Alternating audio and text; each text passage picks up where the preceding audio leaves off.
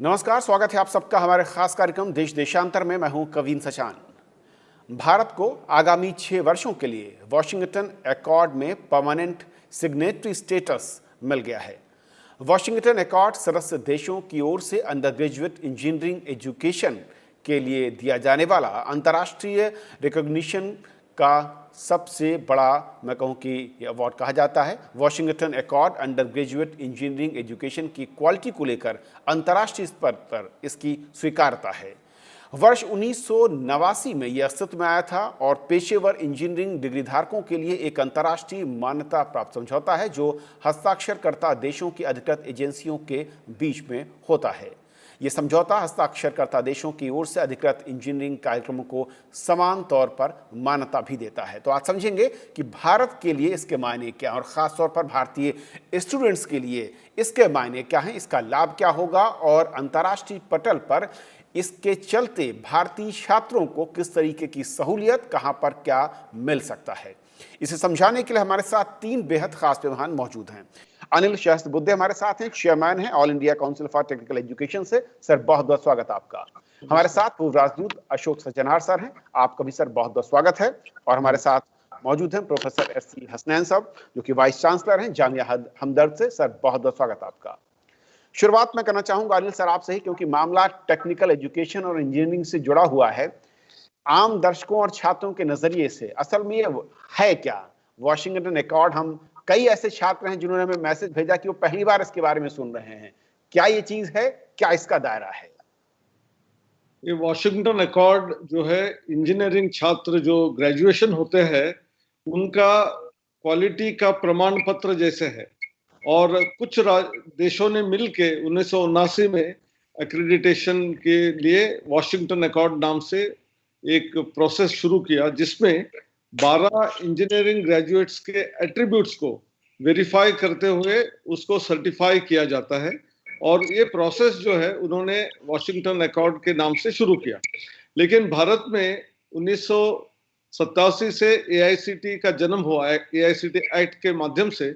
लेकिन हमारे यहाँ एनबीए एक्रेडिटेशन का प्रोसेस जो है वो 1994 में शुरू हुआ है, यानी एक 5 साल के बाद इसकी शुरुआत हुई। उस समय पे एक्रेडिटेशन हम हमारे पैरामीटर्स के हिसाब से करते थे, वो वॉशिंगटन एकॉर्ड के पैरामीटर से जुलते मिलते नहीं थे। और एक दूसरी चीज थी, जो रेगुलेटर अप्रूवल देता है उसी एजेंसी ने एक्रेडिटेशन करने से मैं मेरी ही पीठ को थपथपा रहा हूं ऐसे होता है, इसलिए वो इंडिपेंडेंट होना चाहिए। ये भी एक बहुत बड़ी समस्या थी। तो 2010 में यानी 16 साल एनबीए एआईसीटी के अंतर्गत होते हुए वो हमारा एक अलग अंग होते हुए बाहर निकला और 2010 से इंडिपेंडेंट सोसाइटी के नाम से उसका कार्य शुरू हो गया। और 2010 से 14 तक उसको पूरा का पूरा वॉशिंगटन एकॉर्ड के हिसाब से अलाइनमेंट करते हुए हम एप्लीकेशन कर रहे हैं। 2014 में मीटिंग हुई, वहां भारत को सिग्नेटरी मान के उसको हमारे देश को भी उसमें जुड़ा गया। आज उसमें 20 देश है और वो 13 जून मेरे ख्याल से 13 जून 2014 को न्यूजीलैंड से हमको 6 साल के लिए परमानेंट मेंबरशिप मिली थी। Permanent is not permanent, permanent is reviewed every 6 years. हमारा प्रोसेस सही है कि नहीं वो देखते हुए वो टीम फिर आती है और उसको जांच करके हमको और 6 साल के लिए देना है या नहीं देना है। और यहाँ तक कि बहुत बड़े बड़े विकसित देशों को भी कई बार तुरंत 6 साल के लिए नहीं मिलता है, उनको टेम्पररी 2 साल के लिए मिलता है और थोड़ी उसमें जो कमियां हैं उसको पूरा करने के बाद आगे बढ़ने के लिए कहते हैं। तो खुशी की बात यह है 2014 से 2020 तक जो हमने ये सिलसिला जारी रखा और काफी इंस्टीट्यूशंस को एक्रेडिटेशन किया, उससे हिसाब से हमारी टीम आई थी वर्ल्ड जो वॉशिंगटन एकॉर्ड के माध्यम से पूरे दुनिया भर के 3 एक्सपर्ट आए थे और उन्होंने हमारा ठीक पाकर 2020 से 2026 तक 6 साल के लिए और दिया गया।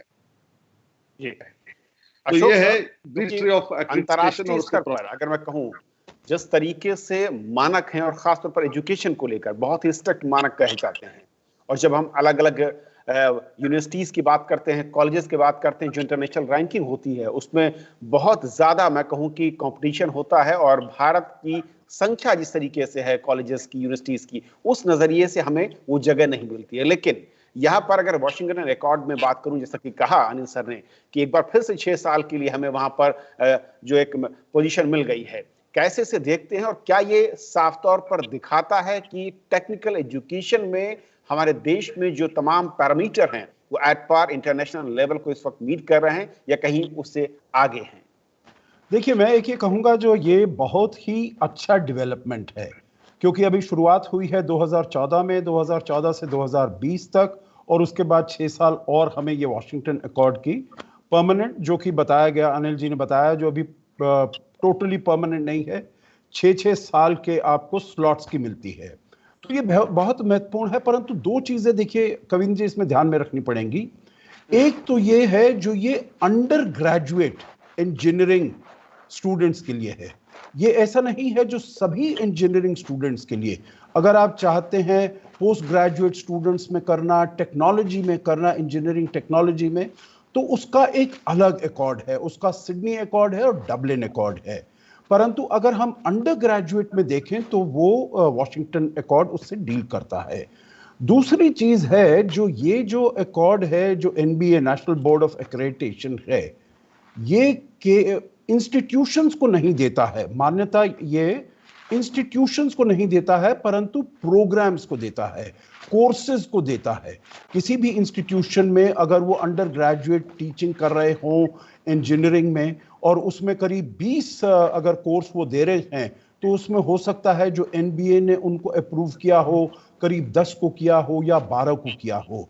तीसरी चीज है, जो ये बिल्कुल इंस्टीट्यूशंस के लिए बिल्कुल वॉलंटरी है, मतलब वो मान सकते हैं जो हम चाहते हैं एनबीए से एक्रेडिटेशन या नहीं। परंतु जो अनिल जी की इंस्टीट्यूशन है एआईसीटीई, इन्होंने कहा है जो आपको कम से कम 50% आपके कोर्सेज को मान्यता मिलनी चाहिए एनबीए के द्वारा, तभी आपकी इंस्टीट्यूशन को मान्यता मिलेगी। तो ये 2-3 चीजें हमें ध्यान में रखनी पड़ेंगी। पर ये कहते हुए देखिए, ये बहुत अच्छा कदम है। किस लिए अच्छा कदम है? 2-3 चीजों के लिए।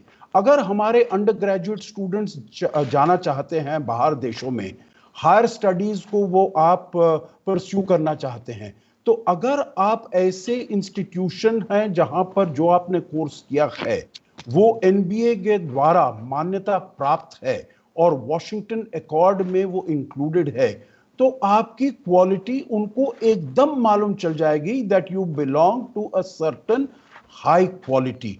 तो इसीलिए आपको फिर से उनको इन्वेस्टिगेट करने का, स्क्रूटिनाइज करने की कोई आवश्यकता नहीं पड़ेगी। तो एक बात तो ये है, जो आप हायर स्टडीज के लिए जाना चाहते हैं तो आपका रास्ता बड़ा आसान हो जाता है। दूसरा है, जो अगर आप बाहर जाते हैं, कोई आप एम्प्लॉयमेंट सीख करना चाहते हैं, एम्प्लॉयमेंट के लिए जाते हैं, तो अगर जो भी आपको एम्प्लॉय करना चाहता है वो देखेगा जो ये आप एनबीए के द्वारा आप मान्यता प्राप्त हैं, वॉशिंगटन अकॉर्ड में इसका इंक्लूजन है, तो उनको भी बिल्कुल एकदम चैन आ जाएगा जो ये आप बिल्कुल ठीक है। तीसरी बात मैं कहना चाहूंगा कविन जी, जिसका आपने अभी प्रश्न नहीं पूछा, परंतु आगे चलते हुए इसके ऊपर बात कर सकते हैं, क्योंकि ये हमारे स्टूडेंट्स के लिए जो बाहर जाते हैं, केवल मेरे विचार से उनके लिए मान्यता नहीं है।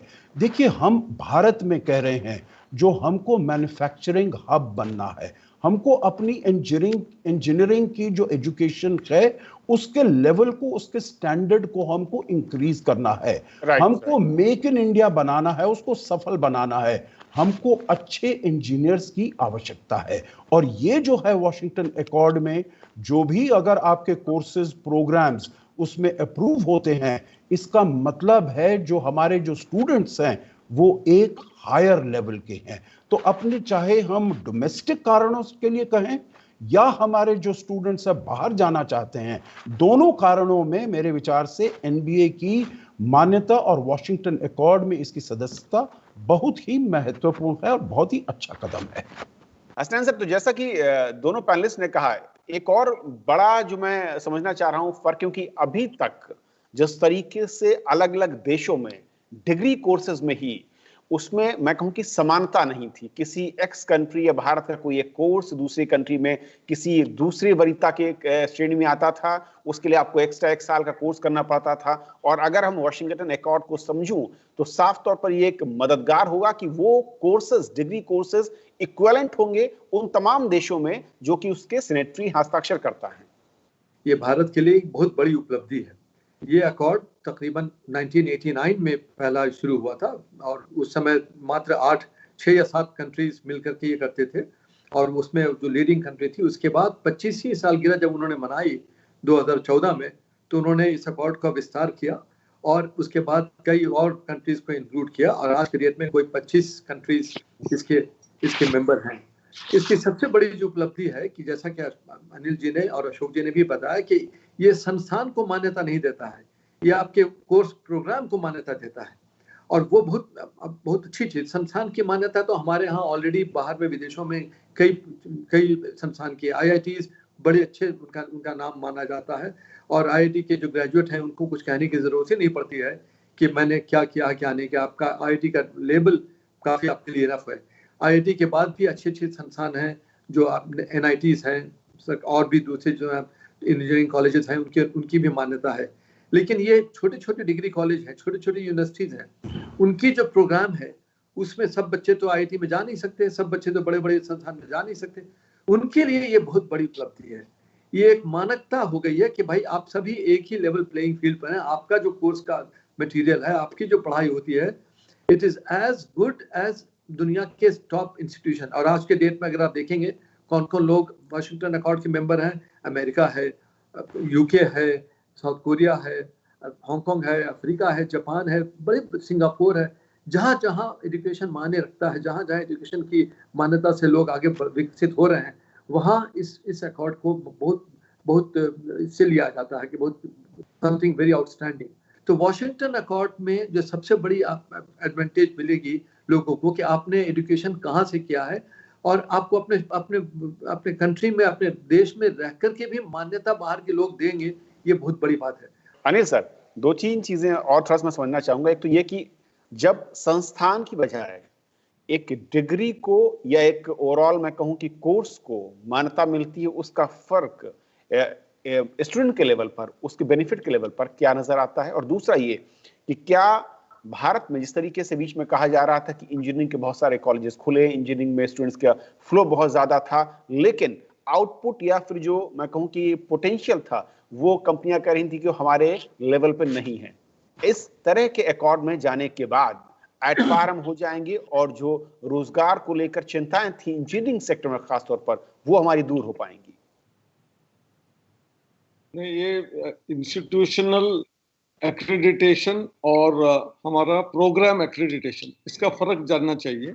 जैसे हमारे देश में ही NAAC है, और NAAC does accreditation of the whole institute as a single entity, पूरे मिलके। वेयरएज NBA में हर प्रोग्राम का एक्रेडिटेशन करना पड़ता है, जैसे कि civil engineering, mechanical engineering, electrical engineering. तो एक इंस्टीट्यूशन बहुत अच्छा हो सकता है और उसमें सिविल, मैकेनिकल, इलेक्ट्रिकल बहुत अच्छा है, लेकिन इलेक्ट्रॉनिक्स अच्छा नहीं हो सकता है, ये पॉसिबिलिटी है। और दूसरी तरफ इलेक्ट्रॉनिक्स बहुत अच्छा है, लेकिन पूरा इंस्टीट्यूट इतना खास नहीं है, तो उस इंस्टीट्यूट का इलेक्ट्रॉनिक्स का छात्र जो है उसको दुनिया भर में मान्यता मिलती है। तो इसलिए ये प्रोग्राम वाइज एक्रेडिटेशन जब हम कहते हैं, तो उस प्रोग्राम में जो ग्रेजुएट होता है उसको वो वैल्यू इक्विवेलेंस पूरे दुनिया भर में, यानी जो सिग्नेटरी कंट्रीज है, आज 21 है, 20 थे, इसी साल 4 दिन पहले और एक कंट्री को मिल गया, और 4 प्रोविजनल मेंबर्स ऑलरेडी है, और भी 8 कंट्रीज क्यू में है। तो ये सब लोग आज नहीं तो कल एक्रेडिटेशन में आ जाएंगे। तो एक महत्वपूर्ण बात हुई। दूसरी महत्वपूर्ण बात है, दुनिया भर में इसकी महत्वता ऐसी हो गई है, जैसे कुवैत है, तो हमारे पास एक बहुत बड़ी आपत्ति 2 साल पहले आई थी, इंक्लूडिंग IIT ग्रेजुएट्स के लिए प्रॉब्लम आई थी कि जो कॉलेजेस एक्रेडिटेड नहीं है, ऐसे इंस्टीट्यूशंस के लोगों को उन्होंने वीसा एक्सटेंशन नहीं दिया और कहा कि इनको वापस देना चाहिए, और यदि यही रहना है तो उनको डाउनग्रेड करके हम टेक्नीशियन का दर्जा देंगे। यानी है इंजीनियर, 15-20 साल से काम भी कर रहा है, लेकिन उनका इंस्टीट्यूशन का वो प्रोग्राम एक्रेडिटेड नहीं होने की वजह से उनको वो टेक्नीशियन का दर्जा दे रहे। तो ये भी एक महत्वपूर्ण बात है। और कुवैत को देखते देखते यूएई ने भी ऐसा एक खत जारी किया है। तो I think this is a danger which is there. So every institution, all programmes, they must try to get accredited. ये बहुत महत्वपूर्ण है। और हम हमारे देश में, जैसे अशोक जी ने कहा कि एआईसीटी ने मैंडेट, अगले 3 साल में यदि आपके 50% प्रोग्राम एक्रेडिटेड नहीं होंगे तो आपको वो चलाने की अनुमति नहीं दी जाएगी। तो एक तरफ से हम उसको डंडा दिखा रहे हैं कि जल्दी करो, नहीं तो आपको ये व्यवस्था नहीं अलाउ करेगी। दूसरी तरफ उनको मदद करने के लिए हमने एक अच्छा स्कीम लॉन्च किया है, मार्गदर्शक और मार्गदर्शन का। जो अच्छे फैकल्टी आईआईटी के, एनआईटी के हैं, जिन्होंने एक्रेडिटेशन किया है, पूरे जिंदगी उसमें बिताई है, ऐसे लोगों का मार्गदर्शन यानी मेंटरशिप में इनको एक्रेडिटेशन मिलने के लिए क्या क्या करना चाहिए वो हम हमारे तरफ से दे रहे हैं। और इनका पूरा खर्चा हम उठा रहे हैं एआईसीटी की तरफ से। इंस्टीट्यूट को सिर्फ इनको इनवाइट करके उनको वहां रहने के लिए 1 दिन 2 दिन जब भी आते हैं उनकी व्यवस्था करने से पूरा खर्चा आने जाने का ऑनरेरियम हम कर रहे हैं।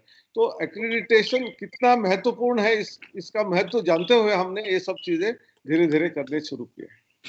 अनिल सर, और जो हसनैन सर कह रहे थे कि कुछ ऐसे कोर्सेज हैं जो कि इस अकॉर्ड में शामिल नहीं होते हैं, क्या उनके लिए जो अलग अकॉर्ड है वहां पर हम अप्रोच कर रहे हैं, वहां क्या स्टेटस है और क्या वहां पर हम उम्मीद कर सकते हैं? देखिए, बहुत इंटरेस्टिंग है। हमारे देश में डिग्री इंजीनियरिंग में बीई दी जाती है और बीटेक भी दी जाती है। और नॉर्मली बीटेक डिग्री जो है वो आईआईटीज, एनआईटीज वगैरह इंस्टीट्यूट या ऑटोनोमस इंस्टीट्यूट्स देते हैं। और जो बीई है वो यूनिवर्सिटी एफिलिएटेड कॉलेजेस से यूनिवर्सिटी देती है। तो हमारी कल्पना है कि बीटेक यानी हायर लेवल का डिग्री है।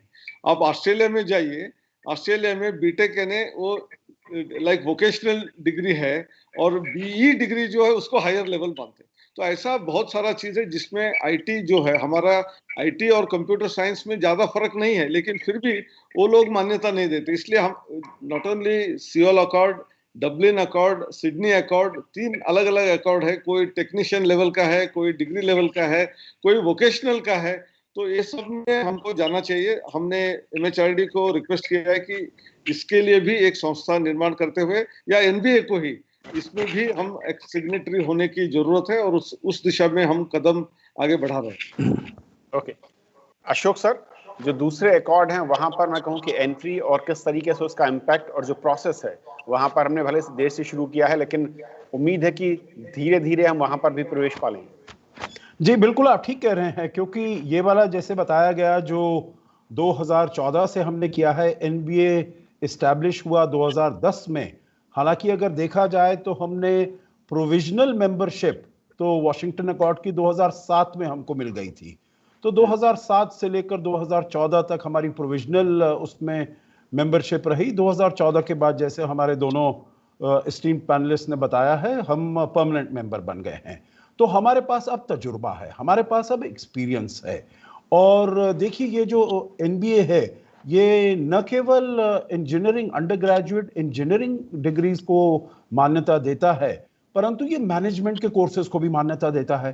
तो मतलब उसका जो दायरा है अपनी रिस्पॉन्सिबिलिटीज का, वो काफी बढ़ा हुआ है। हमारे पास बहुत अच्छा इसके बाद तजुर्बा है, एक्सपीरियंस है। जैसे हसन साहब बता रहे थे, पूरी दुनिया में सब जगह जहां आप देखते हैं, आप पाते हैं जो भारतीय लोग इंफॉर्मेशन टेक्नोलॉजी के एरिया में एकदम सबसे आगे हैं। अगर आप गूगल की बात करें, सुंदर पिचाई वहां पर आपके ही इंस्टीट्यूशन से पास आउट करके आईआईटी मद्रास से वहां पर गए हैं। अगर आप माइक्रोसॉफ्ट की बात करें तो सत्य नडेला वहां पर मणिपुर इंस्टीट्यूट ऑफ टेक्नोलॉजी गए हैं। सैंडिस्क की बात करें, हामरमैन इंटरनेशनल, कोई भी आप ले लीजिएगा, आपको जो दुनिया की सबसे ऊंची इंफॉर्मेशन टेक्नोलॉजी के कंपनीज हैं उसमें आप पाएंगे जो भारत के ही लोग हैं, और बहुत सारे लोग जो भारत से एजुकेशन प्राप्त करके वहां पर गए हैं। तो हमारा जो तजुर्बा है इसमें बहुत आगे है। हमने देखिए एनबीए और भी करता है। 2010 में तो उसकी स्थापना हुई, परंतु 2012 से हर 2 साल वो world summit of accreditation organise करता है। 2012 में पहली मर्तबा हुआ, 2014, 16, 18, जिसमें सभी पूरी दुनिया के देशों को वहां पर बुलाया जाता है, जिससे कि वो बेस्ट प्रैक्टिसेस के बारे में बात करते हैं, वो अपने चैलेंजेस के बारे में बात करते हैं, क्या क्या उन्होंने कर लिया है उसके बारे में बात करते हैं। 2020 का अभी होना था मेरे विचार से जुलाई में, अभी बता पाएंगे हमारे AICTE के चेयरमैन साहब, जो परंतु अब कोविड की वजह से वो नहीं हो रहा है इस साल, तो मे भी आगे वो होगा।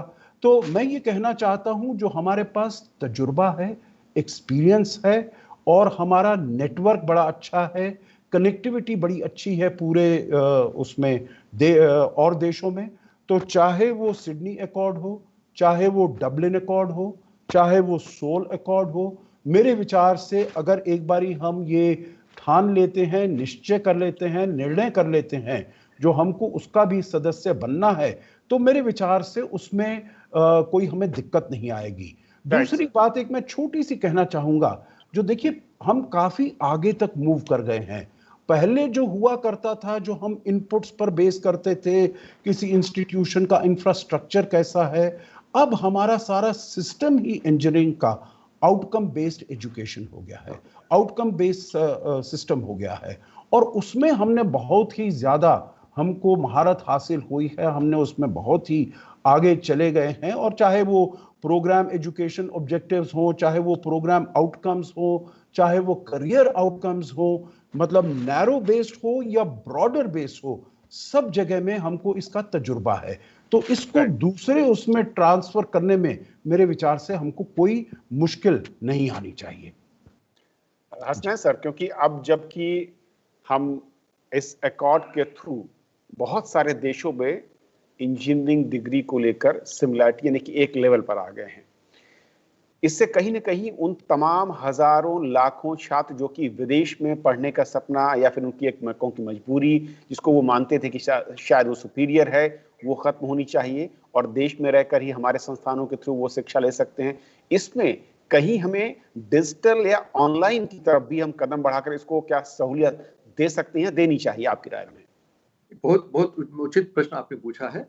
ये हमारी वित्त मंत्री ने बहुत पहले बजट में ही ये घोषणा की थी कि ऑनलाइन एजुकेशन को हम प्राथमिकता देंगे। और अभी जो हमारे NIRF रैंकिंग में हुआ, उसमें हमारे मंत्री जी ने भी, निशांक जी ने भी ये बताया, और UGC के चेयरमैन ने भी बताया। और अभी शायद ऑफिशियल सर्कुलर आने वाला है, 230 यूनिवर्सिटीज को गवर्नमेंट ऑफ MHRD और मान्यता दे रही है कि आप अपना ऑनलाइन एजुकेशन शुरू कीजिए। ऑनलाइन एजुकेशन अब it is here to stay, ये रहेगा हमारे पास। इसके अलावा और कोई, मतलब शायद ये पैरेलल ट्रैक एजुकेशन बन जाए, ये दूसरी बात है, लेकिन ये रहेगा और उसकी कई उपलब्धियां हैं, उससे कई फायदे भी हैं।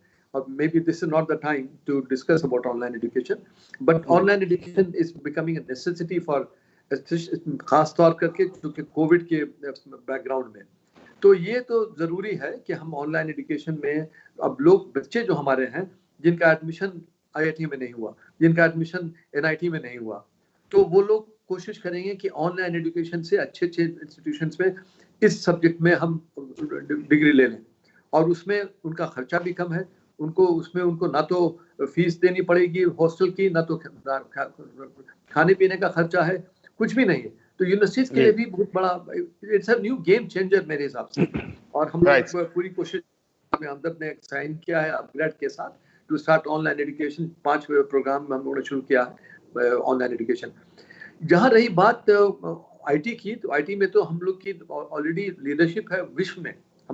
मेरा थोड़ा सा विभिन्न इस पर एक विचार है। मेरा विचार ये है कि जैसे हम लोग वाशिंगटन अकॉर्ड की बात करते हैं, जैसे हम सियोल अकॉर्ड की बात करते हैं, मेरे विचार से समय आ गया है जब इंडिया को एक न्यू दिल्ली अकॉर्ड बनाना चाहिए to take leadership on IT enabled education और IT एजुकेशन। IT में हमारा टक्कर का कोई राष्ट्र नहीं है। तो ये बहुत उचित होगा कि हम, अनिल जी बैठे हुए हैं, अशोक जी भी बैठे हुए हैं, और आपके माध्यम से राज्यसभा टीवी बड़ा पावरफुल माध्यम है, बहुत लोग इसको देखते हैं, खास के पॉलिसी मेकर्स, गवर्नमेंट वगैरह इसको देखती है। तो ये सही समय आ गया है जब इंडिया को कहना चाहिए कि हमें सियोल अकॉर्ड से कोई मतलब नहीं है, हम खुद इंडिया का न्यू दिल्ली अकॉर्ड कर रहे हैं टू क्रिएट, जैसे 6 परमानेंट मेंबर हैं, हम 6 परमानेंट मेंबर ले लें who would be permanent invitees के तौर पर, और ढांचा हमारे पास मौजूद है। तो आई थिंक ये आवश्यकता आ गई है आज के डेट में। इंडिया ऑलरेडी उभर करके उसका ग्लोबल नेतृत्व तो हो रहा है, और खास करके आप देख रहे हैं कि आज के डेट में अमेरिका का जो पोजीशन ग्लोबल था वो पोजीशन डगमगा रहा है। तो इंडिया उस वैक्यूम को फिल कर सकती है, और ये मेरा मानना है कि इंडिया, अनिल जी बैठे हुए हैं, अनिल जी हमारे बड़े अच्छे मित्र भी हैं, हम लोग काफी समय हम लोग एक साथ बात गए भी बाहर। तो ये अनिल जी, इसमें आप लीडरशिप लीजिए, आप मंत्री जी को कन्विंस कीजिए और मोदी जी को कन्विंस कीजिए कि India should take up leadership in creating in Delhi accord IT education के लिए, रिकॉग्निशन के लिए। बिल्कुल अनिल सर, बहुत अहम सुझाव हसनैन सर का है और उम्मीद करते हैं कि आप लोग इसको लीड करते हुए आगे बढ़ाएंगे। एक आखिरी में बहुत संक्षेप में अनिल सर, कुछ बच्चों के, कुछ स्टूडेंट्स के सवाल थे, उसमें कॉमन एक सवाल ये है कि इस अकॉर्ड के बाद क्या बच्चों के लिए जो महंगी शिक्षा होगी इस तरह की एजुकेशन की, टेक्निकल की, या इससे फायदा ये होगा कि वो थोड़ी सी सस्ती होगी पहले से?